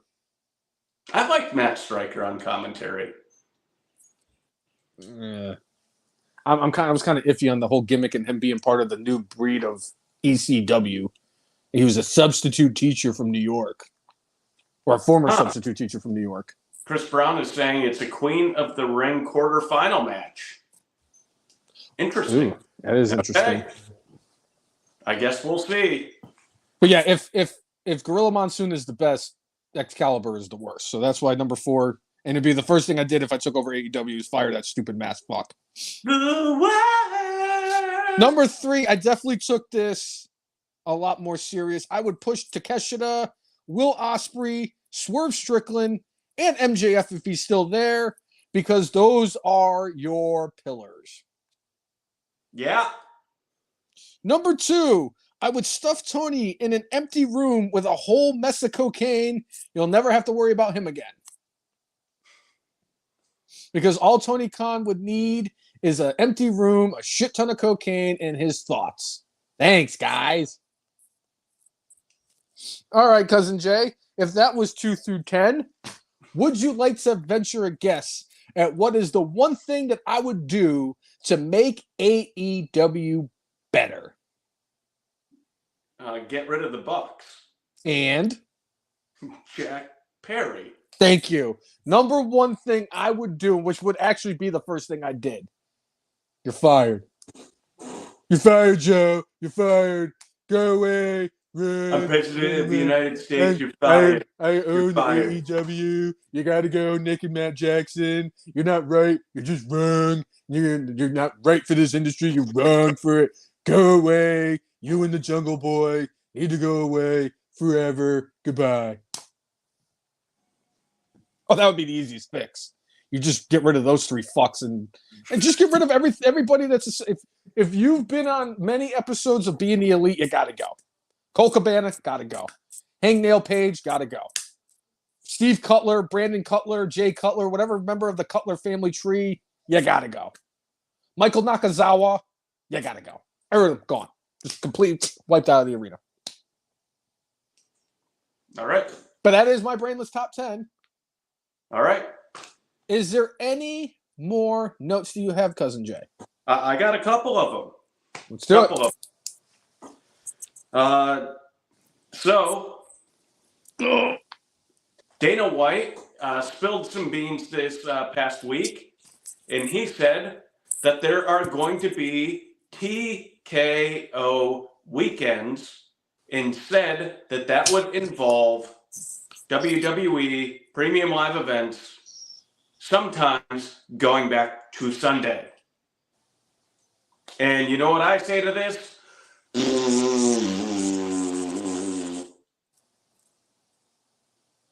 I understand, like, the financial bits of it, but as a wrestling fan, no, I like Saturdays. Thank you. I like Saturdays. Especially because nobody really gives a shit about the preliminary matches on UFC, and the card doesn't really start until 10, and even the main event doesn't start till midnight. So you could technically run a WWE pay-per-view the same Saturday as a UFC one. Not like I'm going to really watch UFC one anyway, unless Conor McGregor's in it. But I'm with you. Well, man. I like Nate Diaz and shit. But I'm with you. I do not... WrestleMania being Saturday and Sunday, I'm okay with that. I would rather them split up that 5.5 hour long pay-per-view into 2 separate nights, because it makes it more manageable, because you give yourself at least 20 hours of, not having to endure, 5.5 hours of wrestling again. So I actually like that. I really love having them on Saturdays. I really do. It's just more. I've actually watched more pay-per-views now, as when they're live, I should say. Right. I've watched all the pay-per-views and all the shows and all that stuff. I've watched more main events live since they moved it from Sunday than I did when they moved it to Saturday as opposed to when it was on Sundays. And I like to keep it that way because I actually enjoy it on Saturdays. It gives me something to look for. I said this when they were bringing out Collision over a year ago. I said, I'm 100% vested in this because I missed the wrestling on Saturday nights. I love that shit. And they were going to give me CM Punk. Now, WWE's got pay-per-views on Saturdays, and they're giving me CM Punk. Don't take my Saturday pay-per-views away from me. And my favorite part is we're going to turn this into a long 3-event weekend because we'll have my stupid slapping shit show on Fridays. We'll have UFC on Saturdays, and then we'll do a wrestling pay-per-view on Sundays. And I don't think this is going to be an every month thing. I think it's going to be a couple of times, maybe handful of times a year. I'm going to say like 2 to 3 times. They're going to probably try to do these, 3-show weekends. I think it'd be too difficult logistically to get it all to synergize together. But I think they certainly one of the secondary shows, possibly they could do that. I mean, I guess they could do it if they wanted to have a UFC show. SummerSlam weekend, it's a big enough show where, you and I would be like, all right, it's SummerSlam. I guess we'll watch it. I don't know if I'd watch it till the end if it's on Sunday. I won't. But unless they now, let's say they do this and it's not all in like one location. They decide to just do this one long weekend and they're all in different locations, or UFC and Slappy Face show or on in one area. So they want them to be all in one location because they want to sell ticket packages to all 3. Oh, then I would say, like, if they were going to move it to Sundays, if they had it in like France or anywhere in the UK or somewhere where it's on at like noon, yeah, I'd be on board with it. Doing any shows on Sundays. Yeah. But if it's going to be all in like one, like they were going to do this all in Las Vegas, get the fuck out of here. Yeah, maybe if you did like No Mercy or Backlash or Great Balls of Fire, yes. But if you move SummerSlam or the Royal, like if you move Royal Rumble to Sunday, I'm going to slap the shit out of you, Dana White. I almost call him Jay White. He's not even in the freaking Bullet Club. Right. And by the way, Dana White got one of my former cohorts fired from FedEx. Piece of shit. Yeah. He's like, hey, look at the way he's handling those boxes in the back of the truck. And I'm thinking to myself, man, if you had been in one of those locations, if they knew what those drivers were doing to those trucks, or to the packages in the trucks, there would be no FedEx. There'd be no UPS either. And there'd be no post office. So nobody would be able to get their Amazons except for from Amazon. And then with the Amazon drivers, you got the people who are unqualified that are leaving their vehicles unparked, driving over people's lawns and driving into their foundations. But, what do I know? Right. But I don't want to personally. I don't want to see them come back. If it's like a 1 or 2 thing a year, so be it. And as long as it's not important, fine. But if they move like SummerSlam or Royal Rumble back to Sunday, I'm gonna be pissed. With a capital P. All right. So another thing I have on my list, I think that as much as this is probably a little bit under the radar, I think this is one of the greatest things for any professional wrestler to have the opportunity to do. One of the greatest things. The leader of the C Nation will be hosting Shark Week. Oh shit! That's such power. It's raw power. Dad, what are you doing? It's Shark Week. Okay, here's the deal. You have 1 month. John Cena will be on Shark Week. Now he might be on Shark Week, but I cannot guarantee whether or not you will or will not be able to see him. Good for John Cena. Getting gigs outside of WWE that are not necessarily just like, oh yeah, I'm just going to be an actor. Like, he does that, but it's almost like he's a hybrid between Stone Cold and The Rock, where he gets some pretty big movie gigs, but he also does stuff on award shows, and he does stuff, on television. Honestly, though, like I'm not surprised by this because Cena did voice acting before he even got into professional wrestling. A lot of people don't realize that he was actually a voice on one of the shows that was very popular in the late 90s. I forget which one it is. The hell if I remember. And he was also, a lot of people don't realize this, he was also an extra in Ready to Rumble. The movie where Vince Russo thought it was a great idea to put the heavyweight championship on David Arquette. Yeah. By the way, Oliver Platt was fantastic in that movie. As was DDP. He's very good. As was DDP. Yes.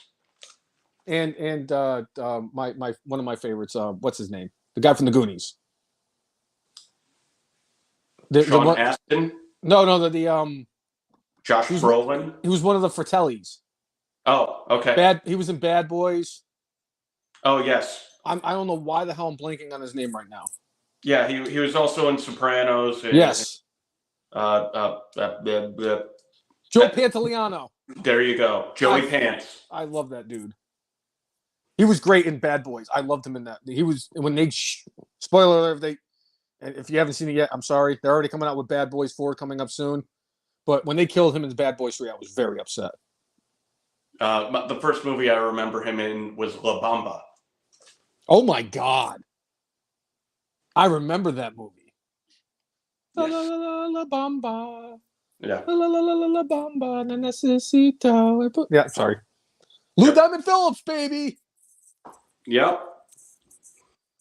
All right, and then the last thing for me on my list is the body camera footage for the arrest of Liv Morgan from back in December was released. And there are a lot of people online that are pretty upset about certain parts of what happened. Did you watch any of this Brainless one? I unfortunately did not see this. I was unable to actually see the video, so I gonna have to take your word for it. I apologize. I was not lucky enough to have found it. Basically, after they smelled marijuana in the car, they were doing a search within the car, and they found marijuana. And Liv admitted, "Yeah, I got marijuana in here." They asked her if she has a medical card. She's like, "No, I don't." Very truthful with them. But they start like going through the car, but there's this part where they find like a journal in there, and then like the officer starts reading it. Like, yeah, that's unnecessary. And talking about future plans, and it said like to be multiple-time WWE Women's Champion, to transition to Hollywood, to own a lot of homes. Like it's It was super, super cringe. And as much as like when you're a police officer and you're like, okay, I found this person with doing illegal stuff. Are they doing other illegal stuff? It's like when you realize it's like a personal journal, as much as you're like, oh, are they selling drugs in this thing? You don't need to read aloud somebody's like personal thoughts and dreams. Like unnecessary and just shitty. Like if you don't find something that's relevant to the case, you could keep on reading to yourself, but shut your mouth and go about your business. Yeah, I don't understand why the hell he would even grab the journal and start reading it. It's like you said, it had nothing to do with the case. Well, the thing is if you're reading the journal and you think, oh, maybe she's a drug dealer because she had an awful lot of pot on her, and like, oh, okay, is this going to have anything about people possibly that like she's associated with, maybe that are dealing, But when you look, when you're trying to look for stuff like, and you can't find those things in that, it's like you don't need to read that stuff off. Agreed. But I also am in the mindset that marijuana shouldn't be illegal anyway. But it currently is, and if you're a police officer, you got to do your job. Not here in Virginia. For now, at least. I know that Fox News correspondent Glenn Youngkin is trying everything in his power to put it back on the illegal list. As somebody who has been a lifelong Republican, it is one of the things that I am very much against the Republican Party with. Very much. Marijuana doesn't kill nearly as many people as cigarettes or alcohol does, but yet you guys treat marijuana. It's a get-ready drug. I hate to break it to you. I've been smoking marijuana for 22 years. You know what drugs I've done on top of marijuana? Marijuana.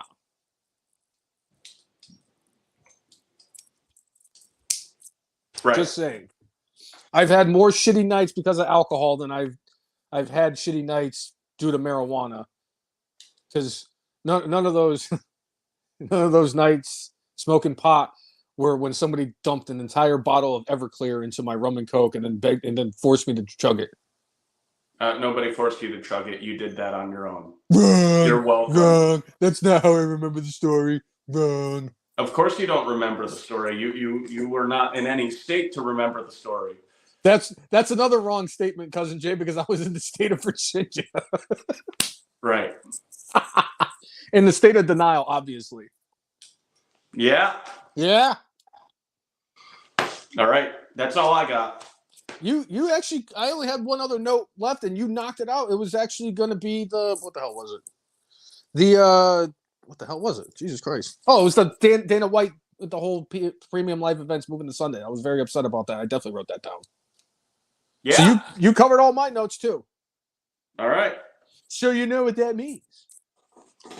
It is time for our good, our bad, and this guy, our brainless. Yeah. All right, Cousin Jay, what do you got for your good this week? I love a good comeback. Lillian Garcia making an appearance on Raw, having a time to shine and announce. It was great. I wanted to give it to Lillian Garcia. She got a lot of consideration. I actually flip-flop between her and my actual good for this week. But I am going to give it to somebody else. And it's not a slight on Lillian Garcia. Joaquin Buckley, who is a UFC fighter on Saturday, fought at UFC 301, I believe it was. And after his match, he noticed that a certain apex predator was sitting in the crowd. And I loved his reaction when he saw Randy and he freaked out and screamed like a 7-year-old kid seeing, their favorite wrestler at the airport. And the dude ran out of the octagon and he ran over to Randy and they embraced, and he talked about how much of an influence Randy Orton actually had on him to becoming a UFC fighter, which was incredible to hear. Yeah. But I just absolutely love that moment that those two were able to share, and it was my good for this week. All right. Although it would have been great if we got an RKO out of it. but to Dana White. Right. Or Joe Rogan, actually, too. Yeah. What do you got for your bad? You know, there were a few things I could have gone with this week, but I have to go with the police officer going through Liv Morgan's personal journal. Hey, if you're trying to find evidence, great, fine, go through it. But like when you're reading off personal thoughts, personal goals, personal dreams that have nothing to do with why you pulled her over, that's a whole bunch of bull crap. Like, no, dude, that's not your job. So he gets my bad for this week. I'm just curious if he got to the page in the journal where she had sex with Bo Dallas. I don't know. He's reading it. This guy is soft. Amore? What? Yeah, this guy is soft. There's only one way to describe him. Anyway, my bad for this week. You're going to be surprised by this one. I know you are when I say it too, Cousin Jay. Okay. I'm going with AEW. I'm sorry. Yes, I know. You're stunned. You're shocked. And I'm going to tell you why. Because in the span of a week, you had not one but two of your wrestlers come out and talk about their standing in the company. The fact that you posted a list, or one of your, your clonies, either the douchebag from Kentucky or the freaking guy who's got his head up the freaking Buck's ass, and one of them posted a thing about all these wrestlers who are injured, and Ricky Starks is coming out and saying, "No, I'm not hurt. I'm just waiting to get on television. They're not putting me on TV." I don't understand that they pushed me to the moon, and I was white hot at one point, and then I just cooled off, and they don't want anything to do with me. Made it seem like because he's friends with CM Punk that they have this vendetta against him. And then Takeshita, who has no issues with these guys, is talking about his standing. And it's like, I understand both of them. And it's like, you want to sit here and talk about how everything is better in AEW, and you want to talk about all the bad things in WWE, and you got this shit coming out? No, man, that's not a good look for AEW. It really does look like Tony Khan has no idea what the hell he's doing, which is why they got my bad for this week, but not my brainless. Okay. What do you got for your brainless? Again, a couple things that I could have gone with, but I have to go with the dastardly Voldemort's attorneys.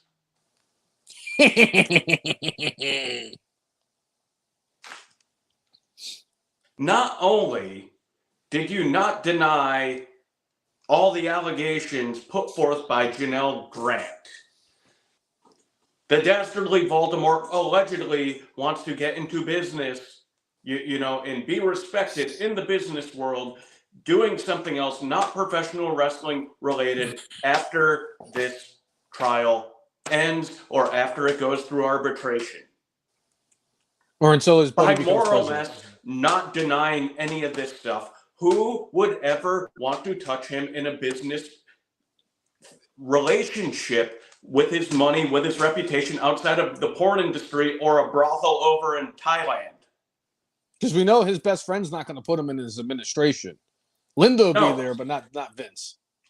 So, yeah, I don't see where his lawyers did him any favors this week. Clearly, Jerry McDevitt is on that beach with the hollowed out coconut, and he's sipping on the foo-foo drink and having himself a good old time, not having to worry about that senile, sick old man who grooms people and takes advantage of them when they're vulnerable. I can't argue That's that. Brainless. And it's funny too because I could actually picture Jared McDevitt because I know what he looks like. I could picture him on the island drinking the little drink from the coconut, singing "Daylight Come and me wanna go home." Come, Mr. Taliban, tally me bananas. Daylight come and me wanna go home. I may or may not have watched Beetlejuice's trailer, the new Beetlejuice trailer, recently more than once or twice. Yeah. By the way, I'm excited for it because the GOAT Michael Keaton's back. Yeah. But my brainless for this week, I could have given it to Vince McMahon too. I really wanted to give it to AEW, but unfortunately, to be clear, it wasn't Vince McMahon. It was his lawyers. You're right. His attorneys, his lawyers, his people who he pays millions of dollars to do what Jerry McDevitt did and not do it like Jerry McDevitt did. Yes. But my brainless goes to somebody who I forgot to mention earlier on the podcast, but I'm going to mention it here. Tiffany Stratton. Tiffany Stratton earlier this week, she's kind of building up this thing where she's going to be wrestling. Well, obviously, she wrestled Bianca Belair tonight. The outcome, I'm sure, has happened. If anybody wants to let us know. Bianca has won. Bianca beat Tiffany Stratton. There you go. There's her punishment. But she's building up this thing where Tiffany Stratton was going up against Bianca. She's been kind of feuding with her and Jade. She posted a video where she was running into the corner to hit Jade, but decided, for whatever reason, to voice over, "I'll hit you, black bitch," as she's going into to hit the, and I'm like, wow. Sometimes, and I know, I forget who it is. I think it's Shaq or one of these famous celebrities has come out and said it. Even Booker T has said it too. Sometimes, maybe, just maybe, before you hit send on your tweet, on your post, think about it. Think about all the consequences. Don't do like what I do when I'm sitting here arguing with my list of the Jericho list for the Brainless one of 1,004 people I argue with online.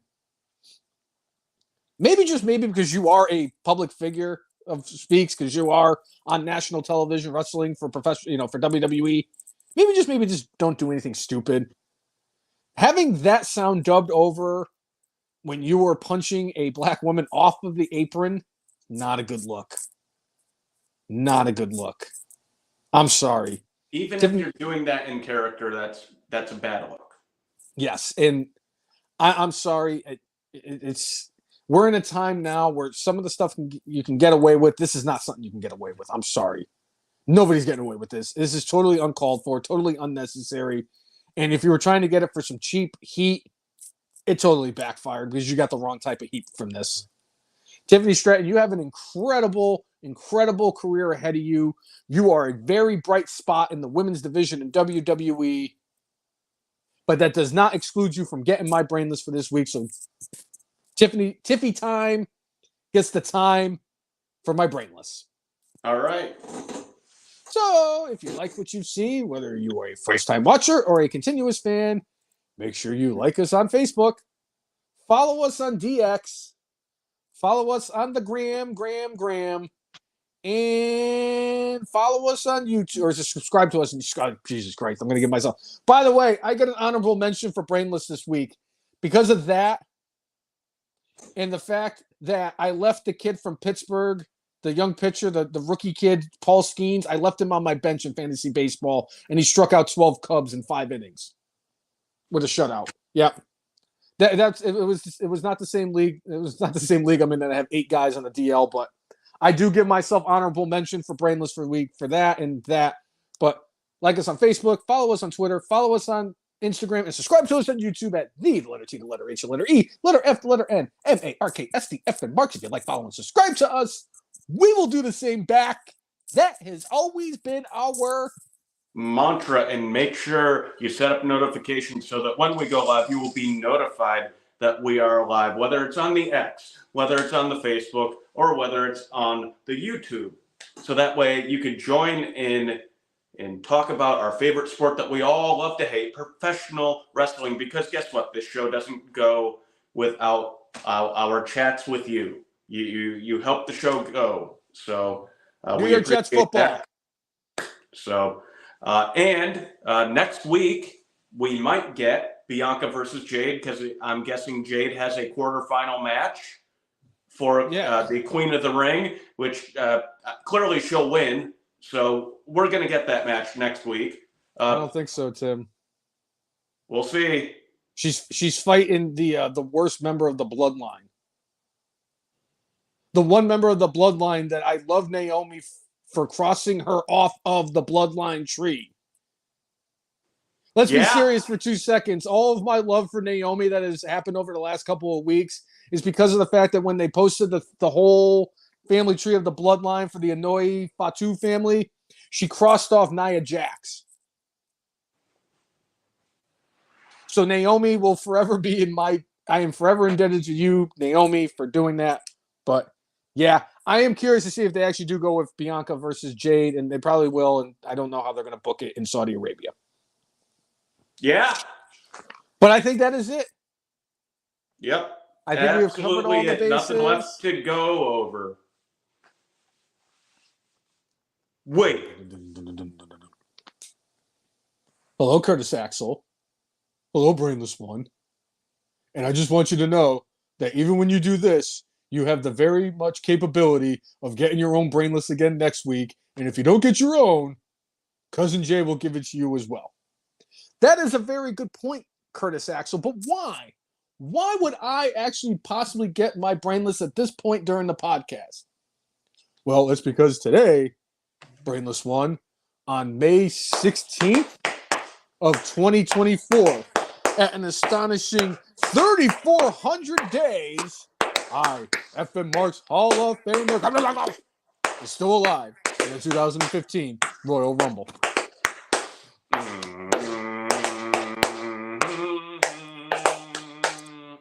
And it's May 17th, so yes, I do deserve my. I am the head. I'm heading into the clubhouse. You are the leader in the clubhouse. If this was the Preakness, you would be going down the home stretch, preparing for an imminent demise, I think. As referee Aubrey is following me on the.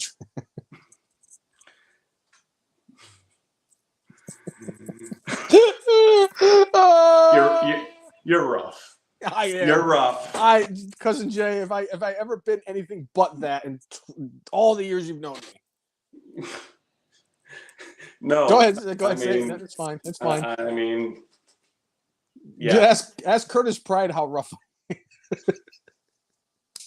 Anyway, for episode 360 of everyone's favorite wrestling podcast, the F and Marks.